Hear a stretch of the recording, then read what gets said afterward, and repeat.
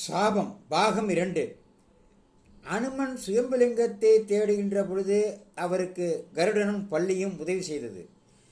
கருடன் சொன்னது, நீங்கள் தேடுகின்ற சுயம்புலிங்கம் இதுதான் என்று ஒரு லிங்கத்தை மேல் நோக்கி வட்டமிட்டு கத்திக்கொண்டே வலம் வந்தது. அனுமன் அதை கண்டுபிடித்து விட்டார். அதே போல பள்ளியும் அந்த சுயம்புலிங்கம் இருக்கின்ற திசையை பார்த்து கத்தி காட்டி கொடுத்தது. இவ்வாறு கருடனும் பள்ளியும் சுயம்புலிங்கம் இருப்பதை அனுமன் கண்டுபிடிப்பதற்கு உதவி செய்தது.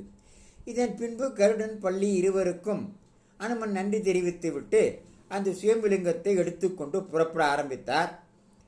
அப்படி கிளம்புகிற பொழுது ஒரு பெரிய பிரச்சனை வெடித்தது. என்ன தெரியுமா? காசியில் இருக்கிற காவல் தெய்வம் அனுமனை விடவில்லை. ஏன்? அந்த தெய்வத்தின் பெயர் காலபைரவர். ஏன் அனுமனை தடுத்தது? நாளை பகுதியில் பார்க்கலாம்.